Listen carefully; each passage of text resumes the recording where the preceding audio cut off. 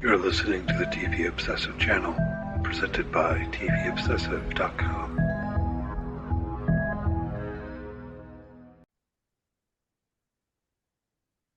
Okay, welcome back to the TV Obsessive podcast. We're for episode 13. As always, I'm Cameron Crane, executive editor for tvobsessive.com, and I'm joined by Ryan Kirksey, writer and contributor for the site. How are you doing today, Ryan?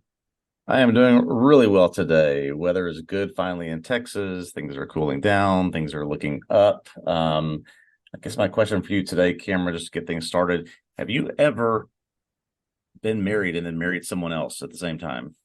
The two's better. Yeah, Okay. yeah. You ever tried that game? I'm curious to No, know I haven't. I think we need triples. Triples would be best. I don't know if you're getting my reference.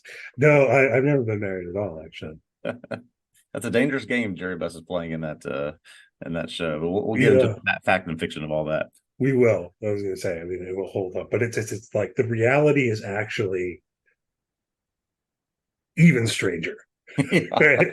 Like, so yeah, so we're going to get into the most recent episode of Winning Time again on the latter half of the podcast, but per usual, we'll talk about some kind of news, a lot of downers, kind of, and hit on what we're watching in a spoiler-free kind of way, besides Winning Time, and then we'll dig into Winning Time, the latter half of the pod. So,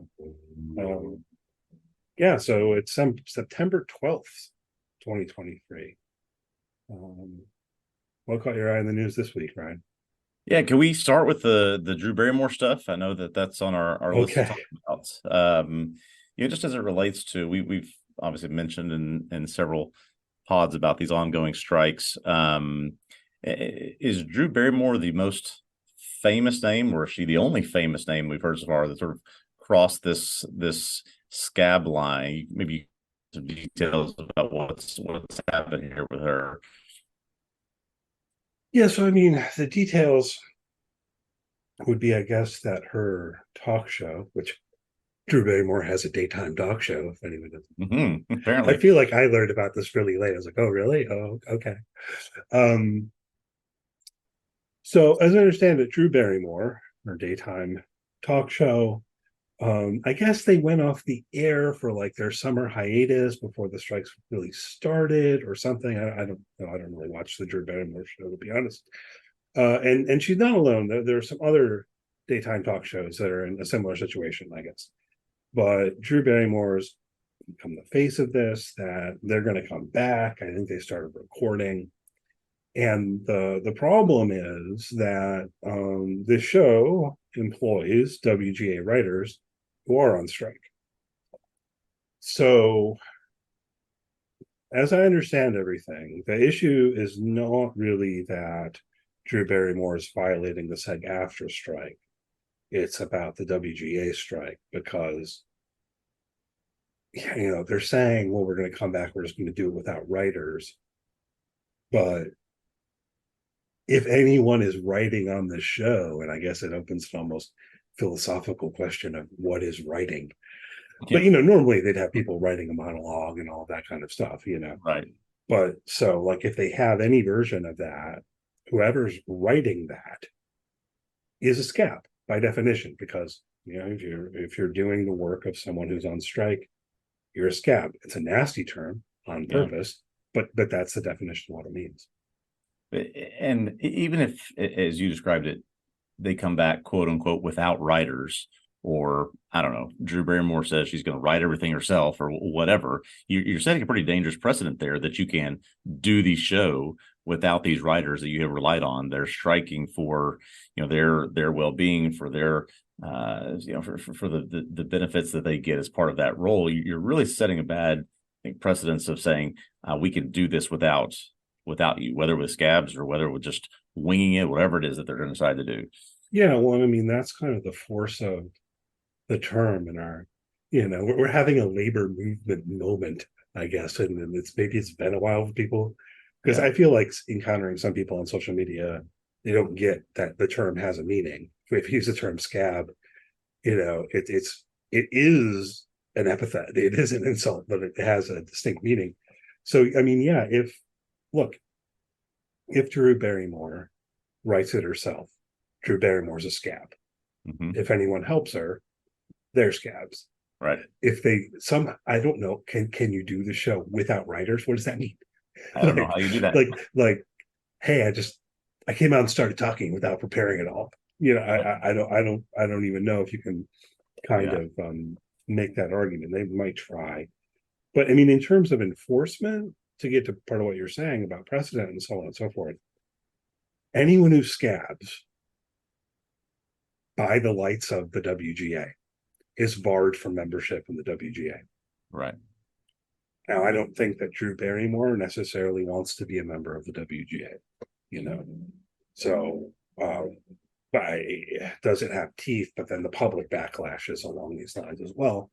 And I think that's always been kind of the thing about calling out and negatively viewing and blacklisting scabs, is that you can't have this because fundamentally it undermines the strike if the employers can just hire other people to do the work. Yeah. Can I read you a little bit of her statement that she released, I think yesterday, about this? Sure. I am making the choice to come back for the first time in this strike for our show that may have my name on it, but this is bigger than just me. I own this choice. We are in compliance with not discussing or promoting film and television that is struck of any kind. We launched live in a global pandemic. Our show was built for sensitive times and has only functioned through what the real world is going through in real time. I want to be there to provide what writers do so well, which is a way to bring us together or help make sense of the human experience. What was the part about writers? I want to be there to provide what writers do so well, which is a way to bring us together or help us make sense of the human experience. See, well, that's the problem. Yeah. Like that, and I think it's understandable that some people are kind of confused about this. As I understand things, I don't think she'll be in violation of the SAG-AFTRA strike. Right. She's fine. With regard to that, no, it's the she looks writer's terrible, strike. but she's fine. Yeah. It's the writer's strike. Right. That this is running afoul of. I mean, yeah. And they clearly think so. They're picketing the show. Even these, as I understand it, even these improv shows, whose line is it anyway? Whatever. They have people that write prompts, write openings, write things for people to say as intros and outros. You can't just have a purely improvisational show on television. Yeah. Well, and you know who Adam Conover is? No. He's been quite active, quite vocal on social media. He used to have a show called Adam Ruins Everything. Okay. Which I quite enjoyed, actually. It was on, I think, True TV. But anyway, I saw someone on Twitter saying, like, well, but they've been doing The View this whole time, and that hasn't been a problem. And he piped up immediately to go, it has been a problem. We've been picketing that show, right? So, I mean, look, it is a little bit of a gray area. Yeah. I think it would, in theory, be possible to have some things like, to be clear, I don't know, I feel at risk of being too much like putting on a teacher hat or something, but like, maybe people don't know, it's not a problem to have the news. It's not a problem to have even like the sports talk shows that don't employ WGA writers that have continued, right? The problem with shows like the Drew Barrymore show and The View, I guess, as I understand it, is that they have traditionally employed WGA striker writers, those people on strike. So to continue without them is basically scabbing. Yeah, that's exactly right. You're 100% right. Well, just segueing to, continuing to talk about talk shows, this is a few days old, and so I'm sure a lot of people have seen this, but there was a pretty I'll say damning piece in Rolling Stone about the Jimmy Fallon show. This is obviously another show that's been on hiatus with the strike for some time. Someone has, perhaps in their frustration or perhaps just ready to whistleblow a little bit, has talked about the toxic workplace that show has created. Just people working long hours, having crying rooms, having places where they just are feel like their work is just completely unappreciated, that it's just It's trampled on. Do you think this is more rule or exception here with this in these everyday we film talk shows? I don't know how bad it was. Obviously, we're not there, but you think this is more the norm or the exception? You mean like in the industry as a whole? Yeah, I yeah. don't know. Go ask Mo Ryan. How much is there to burn down? I just referencing there, Maureen Ryan's book, Burn It Down. I don't know for sure. I mean, I know that there was definitely some stuff about Saturday Night Live. Oh yeah. Um, I mean, is it surprising to you that Jimmy Fallon would be? So I am glad you brought up Saturday Night Live. I've watched that show since I was a teenager, not as religious about it now as I once was. But Yeah, you talk about a culture that, while people may not use the word toxic, it has developed some toxicity in people, right? That, just overlook drug use, work people 2 straight days without rest. The junior writers just trampled on by people who are the stars and the senior folks in the room. I mean, this is all documented in other pieces and other books people have done. But it's interesting that Fallon comes from that environment. Clearly, was a star of that show, wrote for that show, and has made this huge name for himself. So I have been to 2 Jimmy Fallon tapings in the time that I've been to New York. And so you see a little bit of the behind the scenes stuff. And I will say it was nothing like this. Everything was happy. The crew is joking that, he's engaging with the crowd. It's all, that's still very public facing, I guess, even when the cameras are not quote unquote rolling, but nothing like this that I read in this story. It is still public facing though. Now this is funny because I don't know what the chances are of this, Ryan. I've also been to a Jimmy Fallon show taping. Okay.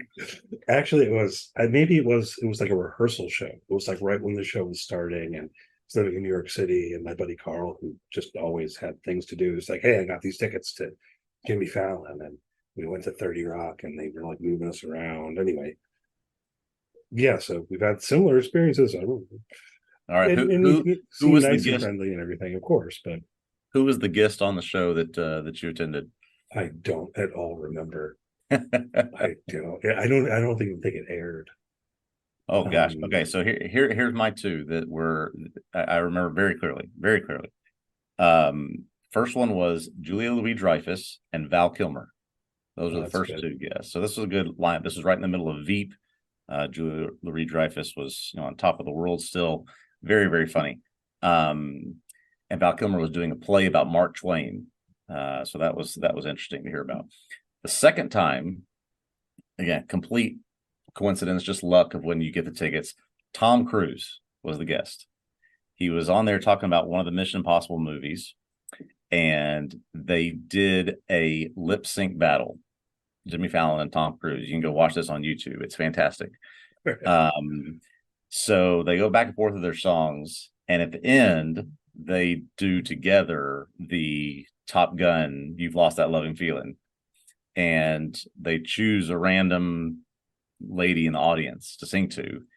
And my wife was like right by this person, and she was so close to getting the Jimmy Fallon Tom Cruise serenade, but we didn't quite get it. So, but it was still pretty cool to see that. Yeah, it's great. It sounds fun. So I mean, I don't know though, man. It's like the whole thing about a guy like Fallon is, I think this piece of stuff that's coming out makes you ask yourself how much of just everything we've ever seen of him is sort of an act. Everything is him on. Everything is the public face, and apparently the private face has not always been good. I think he did apologize for whatever that's worth. I don't know. Yeah, he did. He got on a Zoom with them, apologized, put out a public apology. Yes, he is done that, committed to doing better. Okay, so that's our talk show beat for the day. Yeah. So what else we got? We've got some industry news on the business side.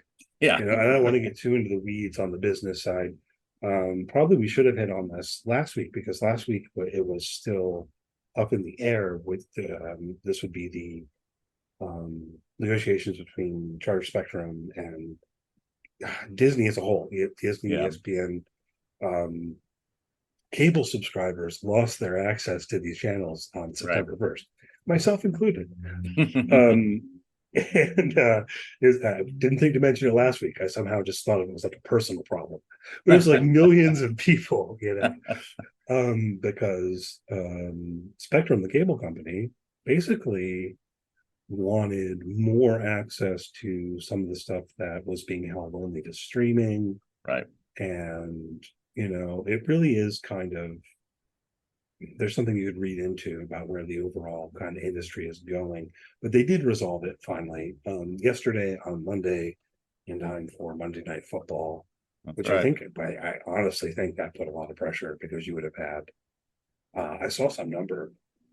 I mean, they're like one of the major, if not the most prevalent cable provider in the New York metropolitan area, for example. Yeah. So you potentially have people in New York City and New Jersey and stuff being like, what do you mean we can't watch the Jets? Yeah, exactly.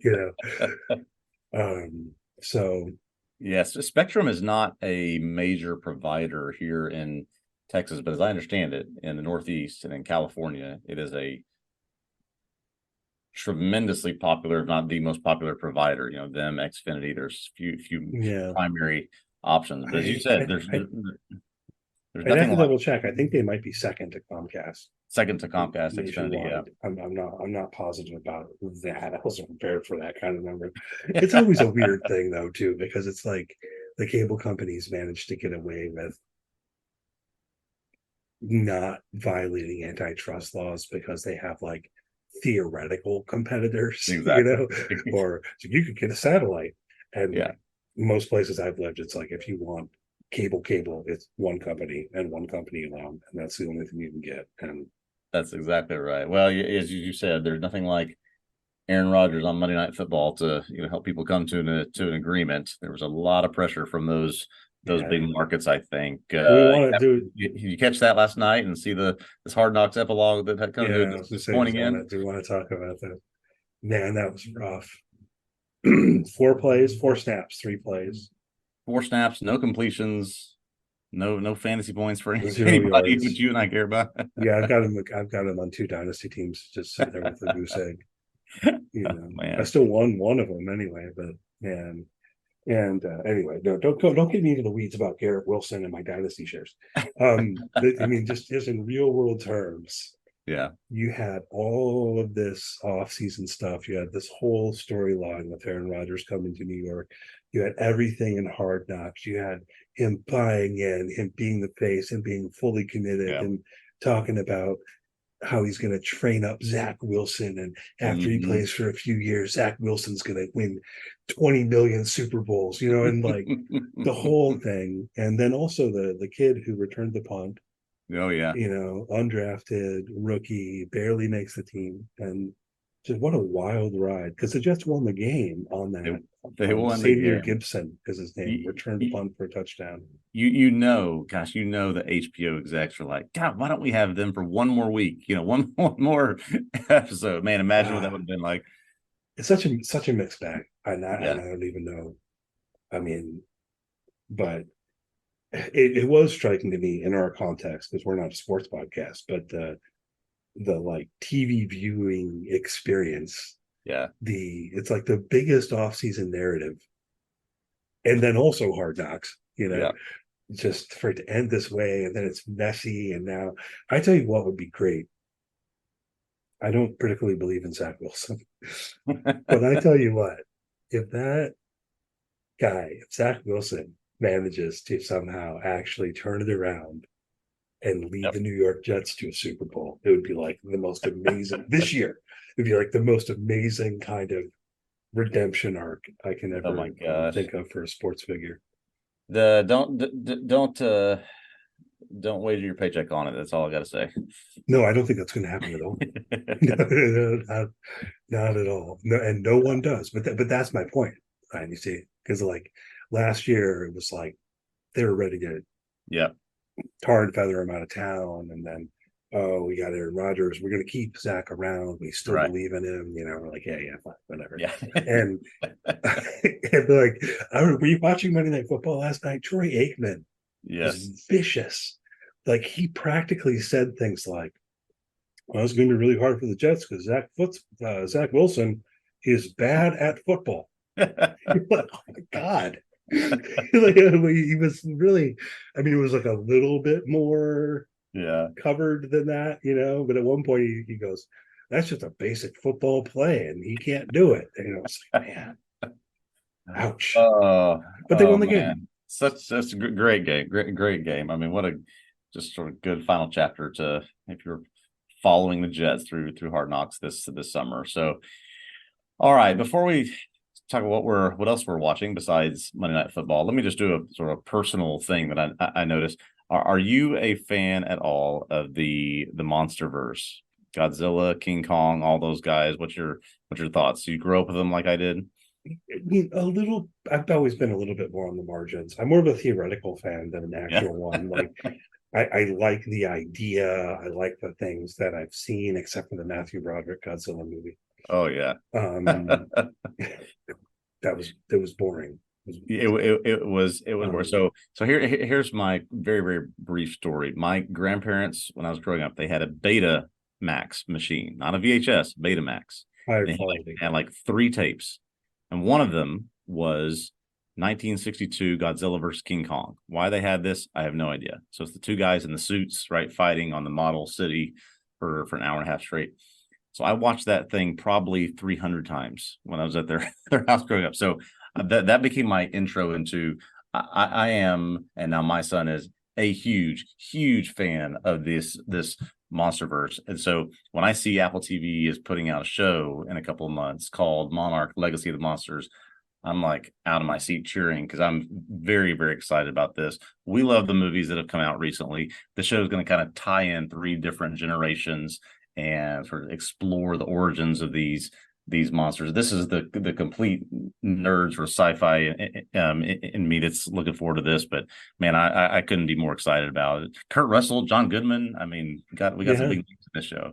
Wyatt's in it too, isn't it? Isn't it Kurt Yes, and his son Wyatt? so that's the interesting thing. So Kurt Russell is playing the mid 2000 teens version of a character, and then when it flashes back to the 60s and 70s, kind of around the time of Kong Skull Island, his son is playing him. Oh, I didn't realize they're playing the same Yes, character. so they are the same character. That's cool. Father and son, sort of similar to another show we're talking about right now. But yeah, I'm just excited about it. Had to mention it.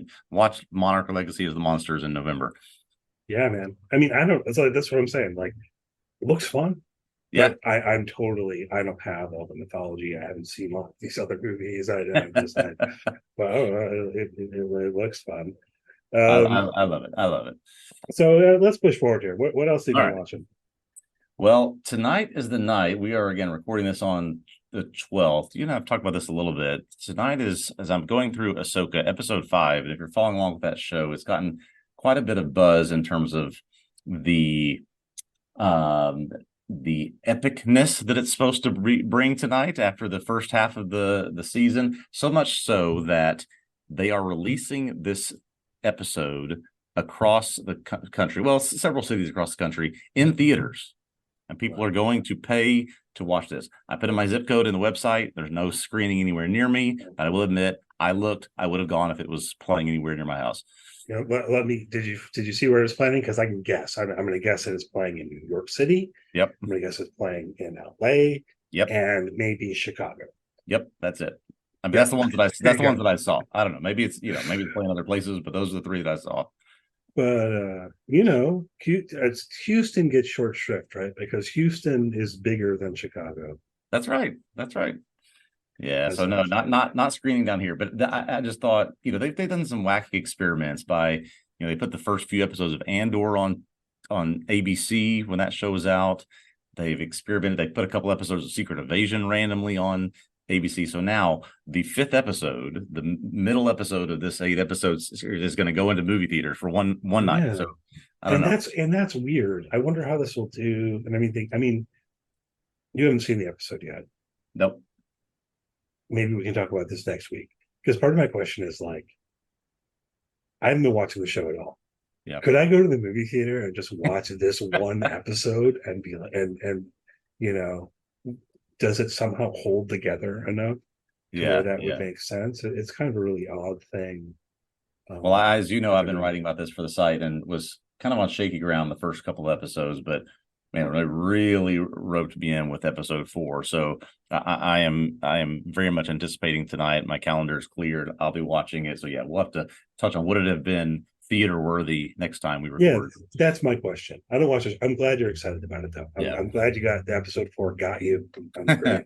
That's wonderful. Did you check out the Changeling? I have seen the first episode. Now, I've seen the first episode and read a good amount of what you wrote on the site, and because I was very intrigued by the headline of "takes 3 hours to set its stage," right? Uh-huh. So the first episode, I don't know. I would say I didn't let it roll into the second because I just was sort of like, maybe I should just go through all 3 because I was like, I don't know what's happening here. I don't know what we're Right. doing, or like, what is the point of this show, right?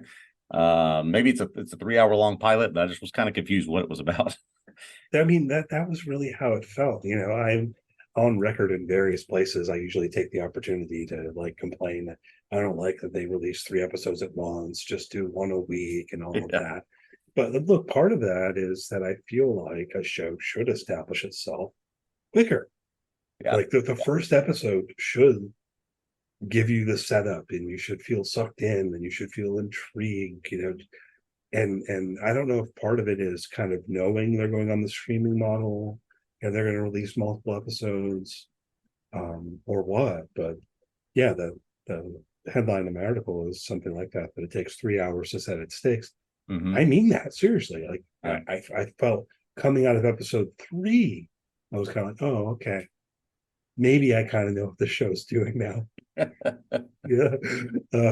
Yeah. So I will say this has fallen onto the when I have time list and not the Yeah. priority list after one episode. Maybe I'm Well, not giving it a fair shake. I'll be curious. I'll keep you posted. I've seen Okay. episode 4 at this point. My article comes out on Friday, Okay. and I haven't gone further yet. But I think I'm going to continue. It's only 8 episodes overall. I kind of see what happens. I'm intrigued enough to keep going, but I understand. If I hadn't already been down on the list to Yeah. write about this show and felt like, okay, I have to watch all 3 of these episodes and, in time Yeah. for the premiere, I don't know if I would have. Yeah. No, but I mean, at the same time, I've seen people out there in the world who love this show already way more than I do. So, Yeah. it's based on an award-winning book. Maybe. Are you familiar with the show Pablo Torre Finds Out? I'm familiar with it. Never seen it. So it just started.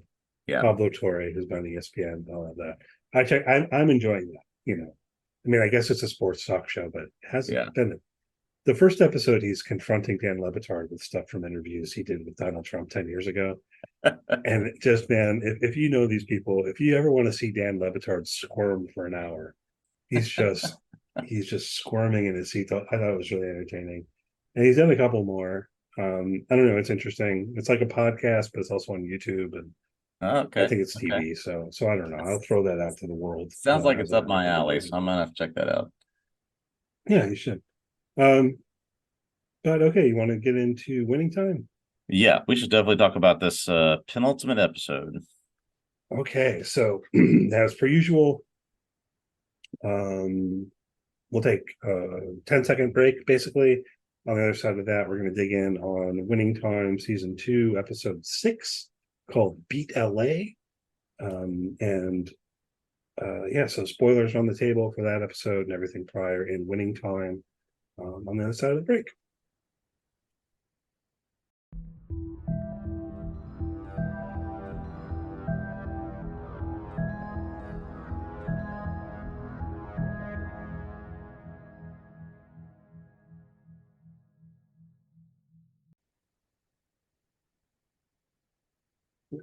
Okay, welcome back. We're going to pick up with Winning Time, Season 2, Episode 6. What do you think about this episode, Ryan? I'll be honest, it wasn't my favorite. If I'm being completely honest, probably my least favorite of this season. And this is not just because you were right about the zipping through to get to the 1984 finals. But on the other hand, it is because you're right that they had to do so much, almost 2 years worth of timeline to get us to where we leave off for the finale, that it kind of left us with, okay, does anything in those 2 years, year and a half, whatever the time frame is in this episode coverage, does any of that matter? Did we actually focus on the things that do matter? And I thought we're sort of building, simmering up to this point where the Celtics and Lakers are going to meet, and then we just sort of took the express train to get there, and now we're supposed to sort of get this King Kong versus Godzilla fight in the finals and the finale, and it just sort of left me wanting a little bit with episode 6. Yeah, no, I agree. I mean, it did feel to me in many ways like they kind of trying to shove too much in this episode. Yeah. I do have to note, and people who listen to the podcast will get that said, like, when I started watching the episode, I kind of laughed in relation to our conversations, because it was like, called it, they go through the where they left us off last week. They're about to go into the finals in 1982, right? Yep. It's like 10 seconds of the show. It's like boom, and then like the whole next season is like, I don't know. The literal first scene of the episode is them bursting through the door, having won that championship. Yeah, exactly. and then I feel like the whole next season is the cold open. It's so yeah, as I say, and they can race through things. I mean, I think they do so relatively effectively, and I don't mind it a whole lot. So I still enjoyed the episode personally. It's more, to me, like it felt a little incoherent. Yeah. And I don't know that if we think back on previous episodes of the show that we could succinctly articulate a thematic core for each episode, but we could try, and I think we might do pretty well. Like, this one's about this one's about that, in sort of thematic terms, not just in plot terms. Unclear, whereas this just kind of felt a bit all over the place. It was just kind of like, we have to get through all this stuff. And for how much of it we were speeding through 2 seasons, but then got, I don't know the percentage of time, but a significant percentage of time focusing on Magic and Cookie, this on-again, off-again girlfriend from back in Michigan that's come and visited California. He interrupts the meeting that they have to bending of the reality a little bit. And maybe that's just part of my issue, that we spent a lot of time with them on phone calls over the course of this season, and they're trying to speed through and hit the high points. I'm not sure that Magic and Cookie, when they're not actually going to get married until many, many years later, was a high point that we needed to hit along the way. Yeah, that we talked about this before. There's a certain way in which it feels like they've been forcing that storyline. Yeah. And I don't know. I don't want to get too down on it. Maybe it's just a matter of personal taste. There is the real world fact of their relationship, and it's of some relevance. This is what I mean. Like, how does that hang together with these other things? I guess maybe this is what they were after, because now that I'm thinking about it on air here, you've got that, which is about the relationship. You've got Norm Nixon and Debbie Allen getting together, right? And you've got the blow up between Jerry Buss and Honey, right? So I mean, I guess in some way, and then with Kareem, but like that didn't really focus on his relationship with Cheryl.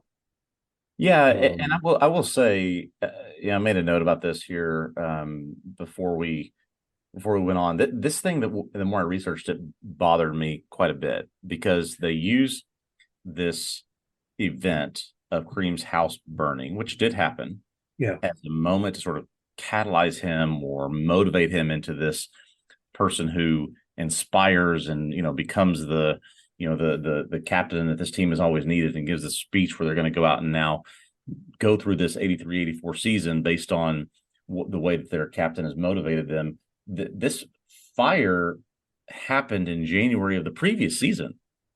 So that didn't actually even happen in the timeline. As a matter of fact, they say in this episode, "Oh, Cap, you don't need to be here. It's November against Dallas," implying that this is the beginning of the 1983 season. Well, no, this actually happened about 11 months earlier in the middle of the other season. And so, I get it. I guess you need something to push them after they got swept by the Sixers, but that it just bothered me that that's the thing that they used. Yeah, I mean, it is kind of a fact check that doesn't quite sit right in a way. I would agree. Right.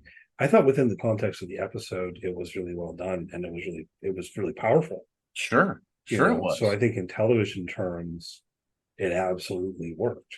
Yeah, and maybe that's the case. That for 85% of people who watch the show, they just want as a dramatization of the events that happened. That really would work. Some event that's we're gonna rally around. This is our guy who can help lead us to this. But it just the NBA fan and historian in me just caught me to look it up and like, oh well, that actually could never have happened. Yeah, not like that. No. Yeah. Which is unfortunate. I did think that was really powerful. I was reading a bit about his house fire, and there's some other stuff too, where we see his agent in this episode, Tom Collins, who is did you recognize the actor? That's Jay Moore. Yeah, I was gonna say I haven't looked this up, but this is Jerry Maguire, sports agent Jay Moore, right? That's Jay Moore. Okay. I was looking it up and I was like, yeah, is that him in the episode? I'm pretty sure, it's Jay Moore. That's give us season 3, because there's a storyline here, which I guess I won't go too far on, because those are potential spoilers, but also history. You can go read it if you want to, okay? But I was reading some stuff about his house, and I don't know, maybe this is really common, but it stuck out to me that he had custom counters because of how tall he is. Yeah, everything in this house was customized to his height. And then I don't know, maybe they all do this. I don't know. Now, yeah, I want to see what Shaq's house certainly, like. Yeah.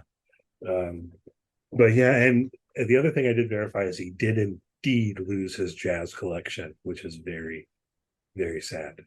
Yeah, I think there was a New York Times article about the fire that did say he had 3,000 or so records that he lost. Yeah, and clearly he cares about that. He would later in life go on to be a producer. That's right. Of music producer. So yeah, I mean, I thought that moment was powerful. So it's a shame.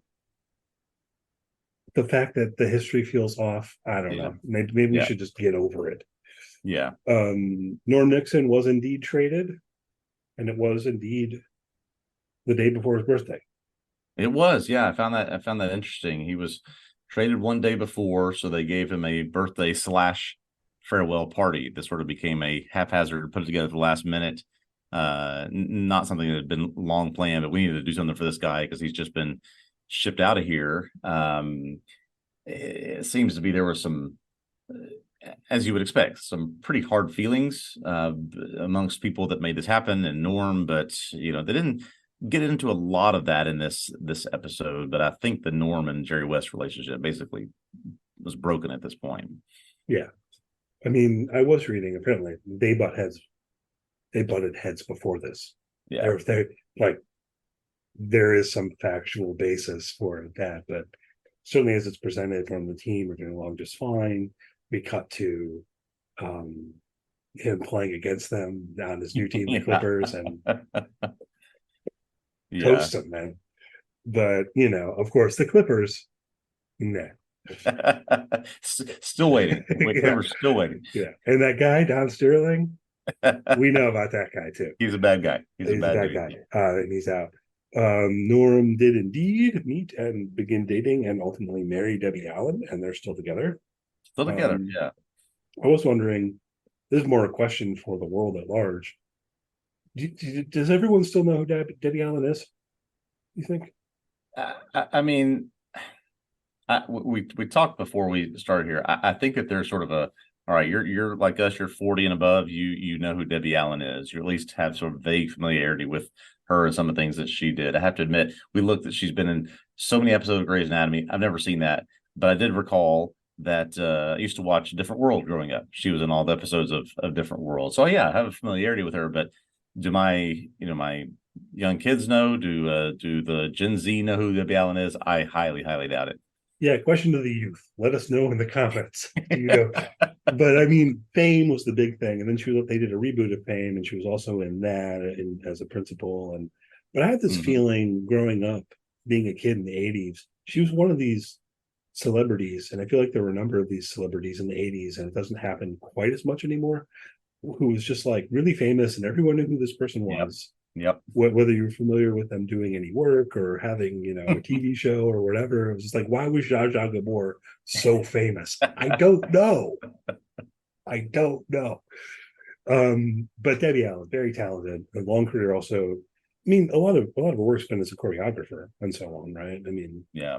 um, so that's real. Then we have Jerry Buss and Honey. We've mentioned before, Honey is not real, which just Yeah. becomes increasingly mind-blowing as the plot plays out. But we fact check this a bit. We'll try to talk through it. I don't know. What do you got here, Ryan? I Set you mean, up for to it. your point, it's almost like Honey is the tamest parts of some of the real women that existed in Jerry Buss' life, if we can believe that, right? So there's instances of him actually trying to marry someone else, still being married to the father of some of his kids. He was sued multiple times for millions and millions of dollars because of various infidelities and other things. He was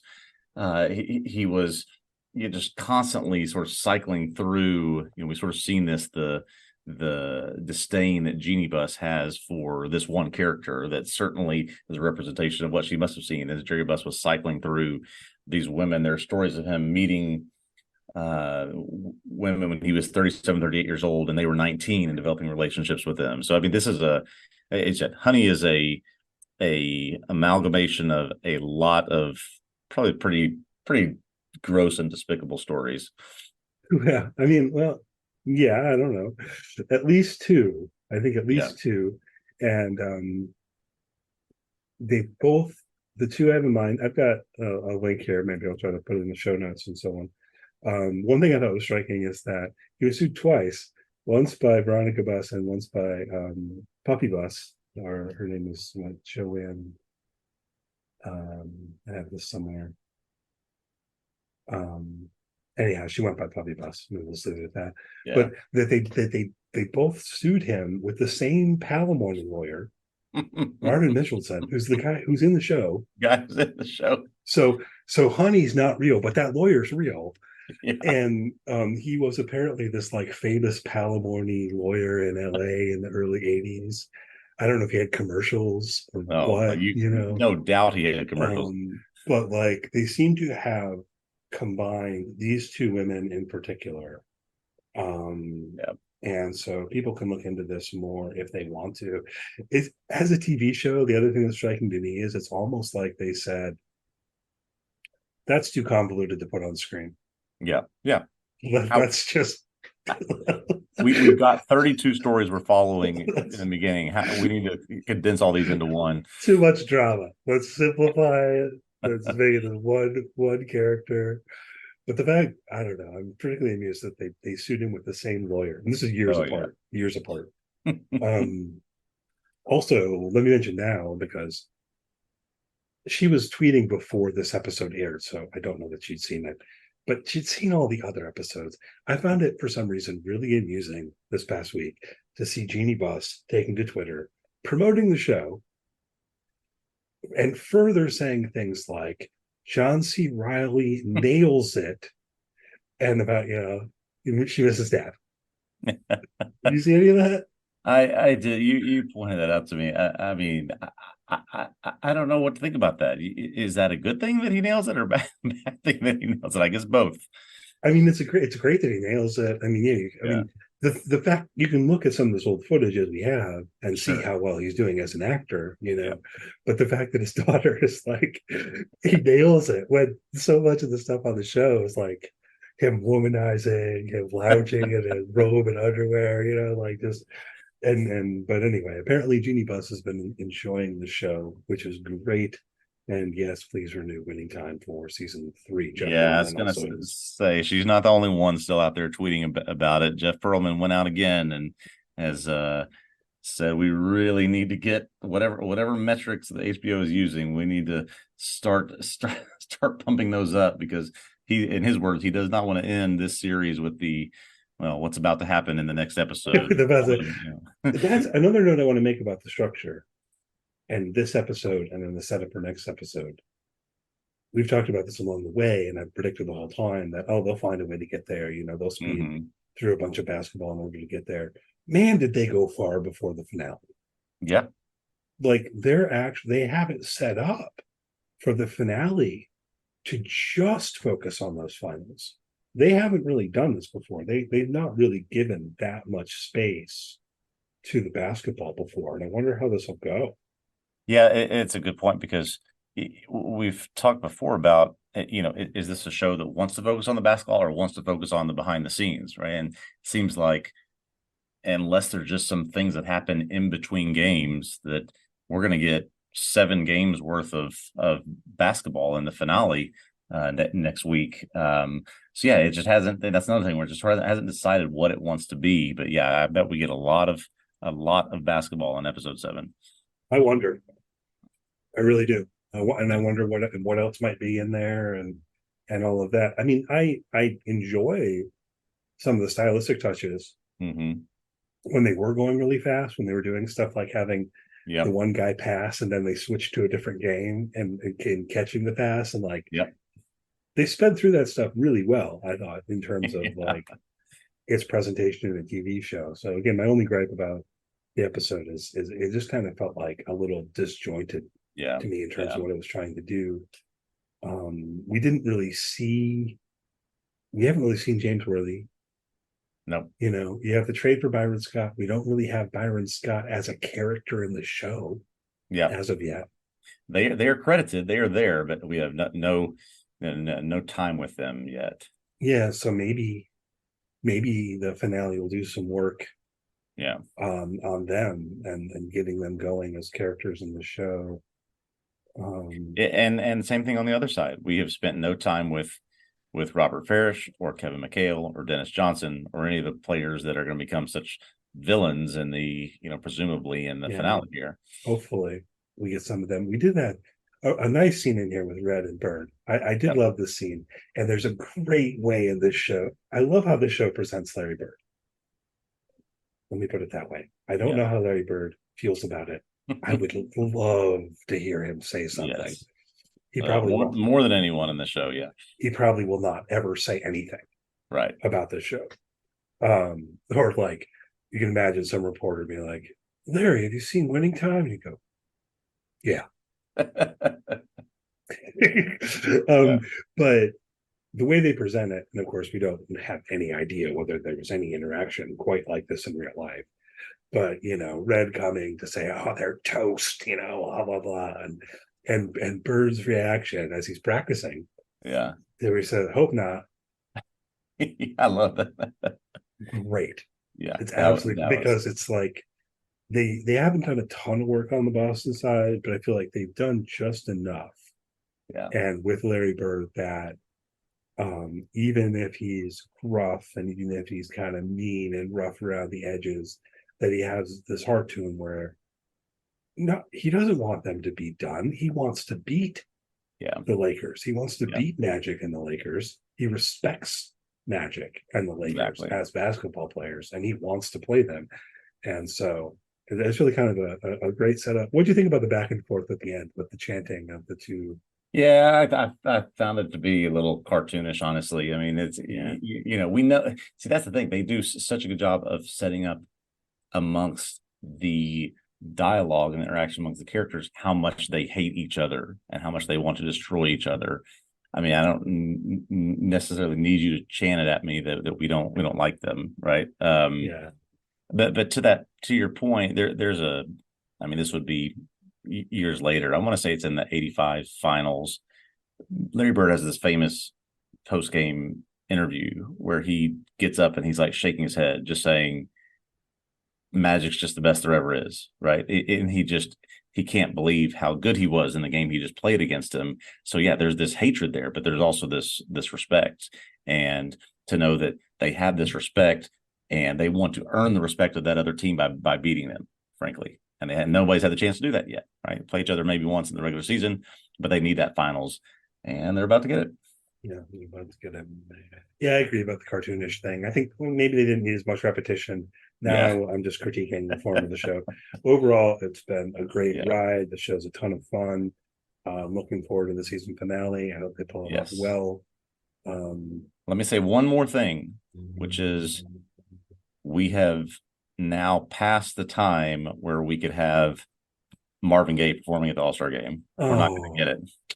1983 All-Star game, so we're past it. See, they went too fast, and so they couldn't get in there.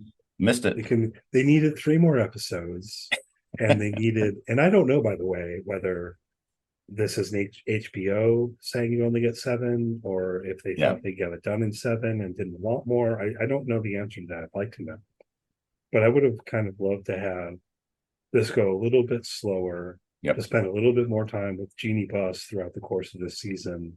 And that's where you tie in the Marvin Gaye thing. There you go. Because this is about the arena. This is about the business aspect, It needed 9 or 10, and we're getting 7. So 1 more next week.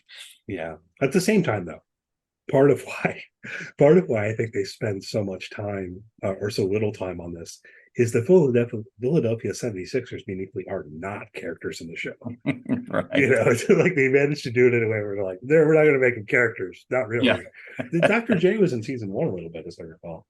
He was in a tiny bit, and certainly they have those Dr. J, Moses Malone, some of the players on that team have these very brief segments where they're playing in the finals, but not at all. Yeah. But they're not really characters in the show. They're not. They didn't make Moses Malone a character in the show, which obviously they could have. He has a huge personality. Yeah, they're tall basketball playing extras on the call sheet. That's what they are. Right. So anyway, I think that about does it for this week. Thanks again to everyone for listening to the podcast. Leave us a good review, hit like or whatever on the thing that you're listening on. You can find the podcast on YouTube.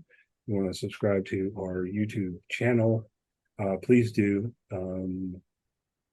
Check out the site, tvobsessive.com. We follow the site on Twitter, on Facebook, Instagram, Mastodon, Blue Sky, if you use Blue Sky. You can find me on Twitter at Caemeron CC. Ryan's a Cable Box Score. I just ran through everything. Anything you want to add before we're done? That's it. We got one more episode to go, and then you and I are going to have to put our heads together and announce next week probably what's coming up after Winning Time. Yeah, I have to figure out what comes next. I'll tell you what it's not is HBO 9 p.m. on Sunday. I guess. No, it's not. Maybe not until January of next year. I still haven't looked. It might be on their schedule now. What they are showing, and it could be like movies. Who knows? Oh yeah. Yeah. Back when HBO used to do that. Yeah, I remember when HBO primarily showed movies. Oh, one quick thing. We're sorry. This is a very rushed addendum. Did you see that Brian Gumbel is stepping down from Real Sports? Longest running sports show on television. Coming to an end soon. Yeah. And I wonder what will happen there. If they'll continue that show at all, or they end the show. I kind of hope they don't end the show. I think this show's ending. They should just take those resources and do more documentaries. Their sports documentaries are very good. Yeah, I suppose that would work. But this isn't like the 60 minutes of sports. Yeah. So it's really kind of crazy if that is ending and unfortunate. But okay, it's fun as always, Ryan. I'll see you next week. All right, take care.